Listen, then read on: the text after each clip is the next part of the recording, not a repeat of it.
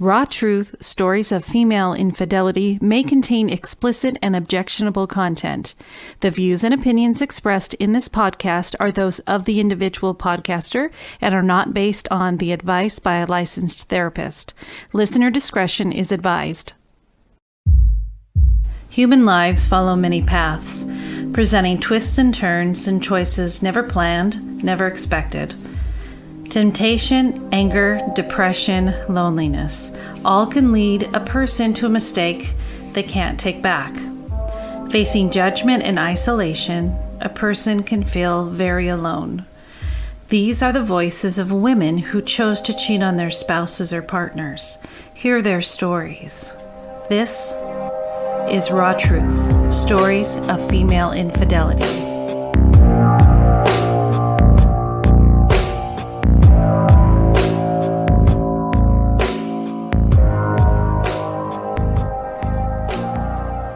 Welcome, everybody, to Raw Truth Stories of Female Infidelity's Midweek Ponder.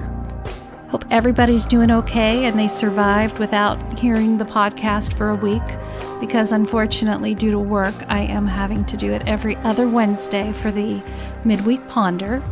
Today is going to be kind of special. We have a guest on our show, and it's the first time I've ever had a guest, I suppose. And as I've shared with you guys in the past, I have been starting to narrate audiobooks. And one of my followers of the podcast is actually a writer himself of erotic books. And for fun, I recorded just part of a chapter for his book that he's currently working on. And he has put it out, and I think I've put it on my page, so I'm sure some of you have listened. It was probably pretty tame compared to a lot about what he writes with and about, but I wanted to let him share some information about himself and the book that's already been published and is available, on paper, Audible, and, Kindle style. And so I just want to welcome, this is C. Robbins, erotic author of Mr.'s Miss. How are you doing today? I am wonderful. How are you? Good. Thank you so much for coming on and talking with us. You are quite welcome. So tell me, you've got this book here with some pretty dirty stuff in it. Has this always been something that you've wanted to do, or at what point did you decide you wanted to, for one, write a book, and for two, make it so adult? Well, I've never really been into writing naughty stuff like that. But somewhere in my marriage, I became trapped in a lonely, sad situation. And to get myself out of it, I chose to start writing some of my fantasies down and my feelings down in kind of like short stories. And then I just kind of took all of them at the very end and made one big long book. Well, considering what my podcast is about with infidelity, it's good that you took it down that route, and expressing it that way than necessarily going out and acting upon those fantasies while you were still married. So that's, I guess that this is a good way to do it. How did you come up with your characters? Well, some of my characters are based on actual real people and that came in and out of my life at different periods of time. And, of course, what Mr.'s Miss is all about is the miss portion of it. And that's the woman that has been elusive to Mr. So explain a little bit for the listeners to understand kind of the premise of the book and, just a little bit of a short synopsis of what it's about. And then as you're heading into the sequel too, what that's maybe picking up on, if it's, a continuation or if it's a different scenario for Mr. and Miss. Okay, well, I think Mr.'s Miss is really about a guy that has, it's a middle-aged man that's gone through a lot of life negatives, and he wakes up one day from a dream that he's had, And that dream kind of changes him from the inside. And from there, he just dives into becoming a sexual being, sort of being woken up to all the possibilities that are out there. And he just then decides to find somebody to explore them with. And so he creates a online ad, so to speak, and he finds some people to engage that with. So is there a lot of like S&M situations, or is it just more kind of fantasy type? I mean, how close are we to Mr. Grey, to Christian Grey with these stories? It's a fantasy type. The first book really didn't have a lot of sex written into it. It's mostly erotica, and leaving the reader with a lot of imagination to develop that with. But the second book, of course, is going to pick up where the first left off, and it will be a trilogy set. So I'm hoping to increase the amount of sex that each book has. Sounds like a lot of va-va-voom. We'll be back in just a moment with more from C. Robbins. Infidelity. Both women and men alike have found themselves in situations where they have become unfaithful to their spouse or partner.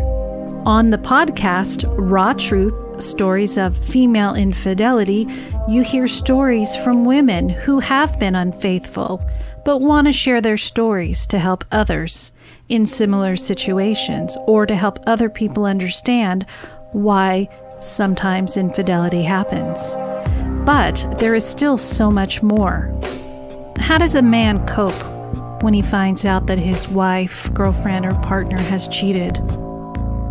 What are the reasons why a man chooses to cheat? Are they similar to why a woman does? Or maybe you are the other man or the other woman in a relationship. I knew in my gut that she was still at least chatting with him. She denied it. Our marriage languished. I was miserable. No trust, no romance, no sex. I felt completely unwanted and undesired. About a year later, and still zero sex, my wife left for work and forgot her phone. Not long before that, I happened to see her type her passcode, so I tried it. Unlocked. I knew I was invading her privacy, but my gut told me she was hiding something. She was. To hear the rest of this story and other stories like this, please visit the website Raw Truth, Stories of FemaleInfidelity.com and click on the Patreon link. For a $3 a month pledge, you will get access to these additional episodes, as well as early access to regularly released episodes. If you have a story that you would like to be considered for a future podcast, please email rebecca.rawtruth@gmail.com. All submissions will always be anonymous. And always remember, no judgment. All right, we are back now with erotic author C. Robbins. He was kind enough to allow me to record part of his second book in an audio form because he knows I've been working on doing more audiobook narration. So we want to play a sample of part of his second book that's still in the making. Chapter 7. Unraveling Desires of Lust. The reserve ended way too fast for them both, but when they both left, there was kind of a hot steel melting fire burning deep in them both. As Mr. drove out of the reserve first, he went back to the office to reel in his emotions from getting mind-fucked by D and M on the same day. He had still not had an orgasm in 3 days, and he needed one bad. Mr. drove into the lot, and this time he was royally affected by Dee's parking job. Apparently, she had taken up both spaces, parking her car right in the middle of them both out of pure petulance. He parked as close as he could to his usual spot and then bolted into the building right past the receptionist and into Dee's office. It was not like Mr. to be this worked up, but his cock needed sexual release and his aim is headed straight for Dee's face. What a fucking brat you are. I hate you so much right now. Me? A brat? Whatever are you talking about, mister? You know damn well exactly what I'm talking about. You parked in my space and yours too. Do I need to give you lessons in parking in public parking lots? Mr. was furious enough not to get what he had just said. That is correct, sir. It is a public parking lot, and I can park any fucking place I want. So, go fuck yourself, sir. His jaw hit the floor as his erection filled up with every drop of blood it could suck into its stiffness. Why you fuck?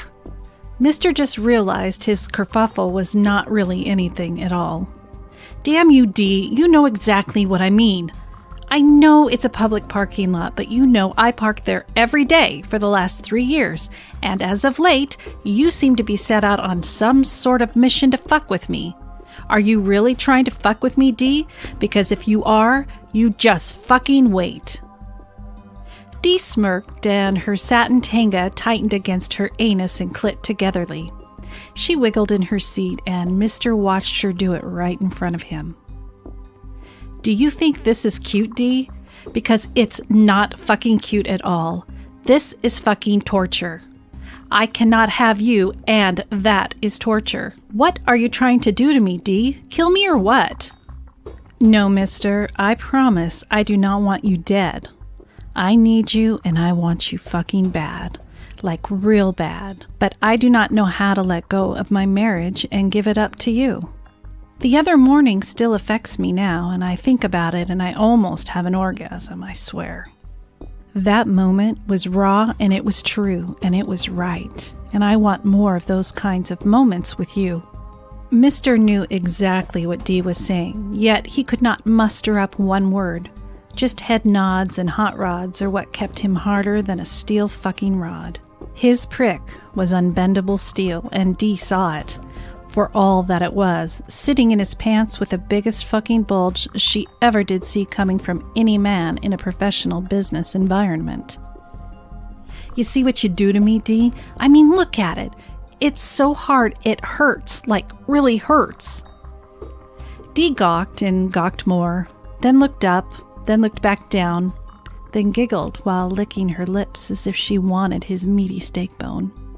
If you need me for anything, Dee, I will be in the men's room getting rid of this boner of mine. He grabbed some of the paperwork she had on top of her desk and used it to cover his very noticeable bulge while speed-walking into the men's room at 2:55 p.m. He went to his favorite last stall, furthest away from the entrance, and closed it shut. He unzipped his expensive Italian designer jeans and pulled it out. It was in the palm of his hand when he heard the door open. Mr. cared, but didn't care right then who it was because he was going to come on the men's bathroom floor. Here is some hot inspiration to help you out, mister. Dee daringly pulled up her skirt while pulling down and off her thong. It was green olive with satin and lace, and creamy wetness completely saturated into them. She was bold enough to walk over to his stall and hand them to him over the top. Mr. quietly snatched them up and smelled her fragrance and licked up some of her left-behind excitement within seconds of getting her heavenly scented thong over the bathroom stall wall. She heard him moan and sigh, and then she walked out as if she were never there. Mr. finished himself off in the exact same way he did in previous bathroom stall moments of ginned-up love, except for this time he had the thong. And it had him, too. Instead of returning it to Dee, he took it with him as he left the building for his last sales appointment of the day. He opened the door, climbed up into his Humvee, and started her up. The exhausting rumbles gave Mr. much desire over more to nail another fucking sale right. He closed off D and M while he sunk deep into his superior salesmanship. He got to his appointment 13 minutes ahead of schedule, which allowed him to better mentally prepare for the sale and another service contract. It was like he was in a trance while being seduced by song lyrics and music beats of Jezebel. "Good afternoon, Mr. Moon. I'm glad we can finally meet. I was thrilled that you took this appointment with me. We are a growing firm with much potential that you will absolutely love." Their meeting commenced, and Mr. got the grin of approval even before his sales pitch commenced. Mr. was always a man that could sense things, and he felt and saw the connection between him and his new client, Mr. Moon, even before the final handshake of deal closure occurred. "Thank you again for taking this meeting with me, and I will always do my best to provide your company with true security protection from prying hackers and yackers." That was his usual closing line, changing a few words around so that the maybes and no's could also fit into his departing closure. Mr. was very good at what he does. His eloquence and charm most always went over the unwinnable clients, and if not, he left them with a great impression of reconsideration. The best day ever made him feel like he was atop the highest valley mountaintop, overlooking everything and everyone with victory on every side. He was winning over M more, getting into D's soul so much more than he could ever imagine, and he closed out 2 sales while adding the extended service contracts to them both. His fire burned hotter than ever since that LWD occurred months ago. At least once a week, he thought back to it and re-experienced its release all over again. Yet still, he had some self-doubt of its truth. After all, he lived with doubt for all of his adult life. He pulled into the infamous horseshoe-shaped driveway and parked in his usual spot. It was sunset, and the brilliant streaks of orange and vanilla swirled intensely perfect with every powerful thing he thought about. He felt power over D and felt growing control over M, but felt powerless to either outcome. He felt chills from M's earlier kiss, and he got hard for the 4th time that day while replaying D's morning office intensity stare-down. He chilled and sat in the running Humvee, letting the heated leather keep him stuck to the hot deliciousness. He had been hard 4 times, but only got off once. That bothered him much in the past, but now he was rather enjoying the trip, more than the fall due to its rare intensity burning feverish. And still, his desires overtook any other thought in his head. He wanted both of them and couldn't have either just yet. So, he kept basking in the warm river of fire while planning on how to get them both. As the motor ran, Mr. dialed up his psyche for a little human-to-soul chit-chat about a course and recourse of what to do next and his 2 favorites. This sucks to have to choose. Maybe I don't have to, or maybe I do. Fuck me. Shit, I feel so connected alive right now to D. But why now is she cozying up to me? I wish she did this years ago. We are like so simpatico together. I know M is new to me, but wow, I love her innocence. It's a total turn-on for me to corrupt her innocence.